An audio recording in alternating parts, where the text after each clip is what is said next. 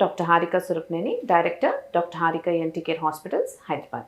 ఈరోజు మనం చాలామంది అడిగే క్వశ్చన్స్, వాళ్ళ డౌట్స్ గురించి డిస్కస్ చేద్దాం. సెప్టోప్లాస్టీ సర్జరీ తర్వాత నాజల్ వాష్ ఎన్ని డేస్ వరకు యూస్ చేయాలి? సో సెప్టోప్లాస్టీ సర్జరీ తర్వాత మినిమం 4 వీక్స్ దాకా నేసల్ వాష్ చేయాల్సిన అవసరం ఉంటుంది.